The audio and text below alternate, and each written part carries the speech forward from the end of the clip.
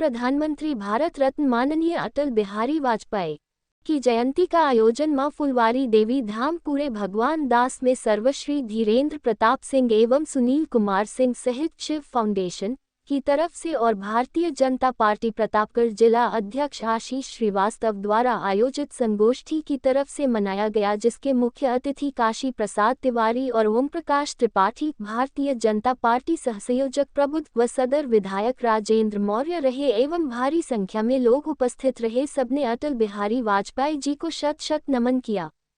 राष्ट्र सर्वोपरि का भाव लेकर भारतीय राजनीति में प्रतिमान बने भारतीय जनता पार्टी के प्रथम राष्ट्रीय अध्यक्ष, प्रथम गैर कांग्रेसी प्रधानमंत्री माननीय अटल बिहारी वाजपेयी की जयंती में भारतीय जनता पार्टी प्रतापगढ़ द्वारा आयोजित संगोष्ठी को ओम प्रकाश त्रिपाठी द्वारा संबोधित किया गया। प्रतापगढ़ की भौगोलिक और ऐतिहासिकता से भी माननीय अटल बिहारी वाजपेयी जी परिचित थे। पंडित दीनदयाल उपाध्याय जी ने उनके अंदर भारत का भविष्य देखा था। देश के प्रथम प्रधानमंत्री ने उन्हें प्रधानमंत्री बनने की शुभकामना दी थी। डॉक्टर राम मनोहर लोहिया उनके हिंदी प्रेम के प्रशंसक थे। मार्च 2008 में लोकसभा के पटल पर तत्कालीन प्रधानमंत्री डॉक्टर मनमोहन सिंह जी ने उन्हें राजनीति की भीष्म पितामह कहा था। अभी जनसंघ काल की बात कर रहे थे पंडित जी। 1952 के बाद जब डॉक्टर श्यामा प्रसाद मुखर्जी कश्मीर के लिए निकले तो माननीय अटल जी की अवस्था 29 वर्ष की थी। 23 जून 53 को मुखर्जी का देहांत होता है। 57 में माननीय अटल बिहारी वाजपेयी जी बलरामपुर से पहली बार लोकसभा में पहुंचते हैं। सितंबर 1957 में पहली बार कश्मीर पर अटल जी का बहुत सारगर्भित उद्बोधन होता है। 62 में अटल जी लोकसभा का चुनाव हारते हैं, लेकिन 62 में ही माननीय अटल बिहारी वाजपेयी को उत्तर प्रदेश से राज्यसभा का सदस्य बनाया जाता है। उसमें राज्यसभा में हमारी केवल 2 सदस्य संख्या थी। आज की राजनीति में अटल जी प्रासंगिक है, न केवल भारतीय जनता पार्टी के हम कार्यकर्ताओं के लिए ही। आज जब लोग राज्यसभा के उपसभापति के संदर्भ में देश की सबसे पुरानी पार्टी के युवराज वीडियो बनाते हैं, तो कांग्रेस पार्टी को चाहिए कि भारत का गौरवशाली संसदीय इतिहास पढ़ें।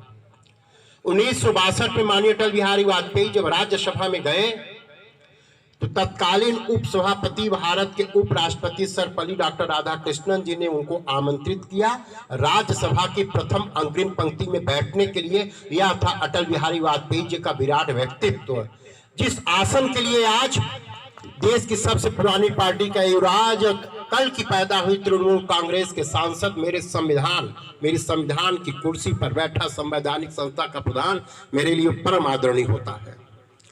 62 के उद्बोधन के बाद 1967 में माननीय अटल बिहारी वाजपेयी जी ने बहुत विस्तार से 370 के संदर्भ में अपनी बात को रखी थी। फिर आपातकाल की बेला आई, कभी अवसर मिलेगा विस्तार से बताएंगे। 77 में विदेश मंत्री के रूप में 4 अक्टूबर 1977 को संयुक्त राष्ट्र संघ के मंच पर मातृभाषा राष्ट्रभाषा हिंदी में उनका उद्बोधन आज हर भारतवासी को गौरवान्वित करता है। यह है माननीय अटल बिहारी वाजपेयी का हिंदुस्तान के प्रति समर्पण। उनकी कार्यशैली में ही केवल राष्ट्रवाद नहीं था, उनकी जीवन शैली में भी राष्ट्रवाद था। वो राष्ट्र के लिए जीते थे, राष्ट्र के लिए मरते थे, और वो कहते थे कि अभिनंदन की भूमि अवंदन की भूमि, इसका कण कण शंकर है, बूंद बूंद गंगा जल है, जिएंगे किसके लिए मरेंगे किसके लिए, इस भारत की मिट्टी के लिए। राहुल गांधी के लिए उत्तर और दक्षिण हो सकता है, हमारे लिए तो अवंदन की भूमि है। 80 में भारतीय जनता पार्टी की स्थापना होती है। 1984 में हम चुनाव हारते हैं, मात्र 2 सीट पाते हैं। हम पंडित जी की बात से सहमत हैं। 57 में हम 4 थे, 62 में बढ़े, 67 में बढ़े, 71 में मेरी सीट कम हुई। लेकिन 2 सीट हारने के बाद भी हम कार्यकर्ता जब कभी उत्साहित होते हैं तो अटल जी की इस वक्तव्य को जरूर सुनना चाहिए। ग्वालियर से चुनाव हारे, दिल्ली एयरपोर्ट पर उतरते हैं, पत्रकार घेर लेते हैं कि आप तो बड़ी लंबी लंबी बात कर रहे थे, परिणाम तो आपका क्या आया है। कांग्रेस को जितना ऊपर उठना था उतना ऊपर उठ चुकी है, और हमें जितना नीचे गिरना था हम गिर चुके हैं। आने वाले दिनों में बारी हमारी है, और उसी संत पुरुष का आशीर्वाद मिला। आज हम दुनिया के सबसे बड़े राजनीतिक दल हैं। 200 से 282, 282 से 303 तक पहुंचे हैं। 13 मई को सरकार बनती है। 1996 में जब माननीय अटल बिहारी वाजपेयी जी विश्वास मत पेश किए थे, लेकिन लोकतंत्र का उस समय जिन लोगों ने दूरदर्शन पर देखा था, जिन्होंने भारतीय जनता पार्टी के कमल को वोट भी नहीं दिया था, उनके भी आंख में आंसू थे जब अटल जी ने उस प्रश्न का जवाब दिया था। और अटल जी देश, संविधान और लोकतंत्र के लिए जिए थे। उन्होंने साफ साफ कहा था कि संख्या बल के सामने माननीय अध्यक्ष महोदय हम सर झुकाते हैं और अपना त्यागपत्र महामहिम राष्ट्रपति महोदय को देने जा रहे हैं। 13 दिन की सरकार गिरी, 1 वोट से सरकार गिरी, लेकिन अटल जी की वाणी में पराजय के बाद भी विजय के स्वर इस सृष्टि को आज भी हम सबको झंकृत होते हैं, दिखाई पड़ते हैं। और नापाक इरादों की गठबंधन की सरकारें किस तरीके से गिरती चली गईं।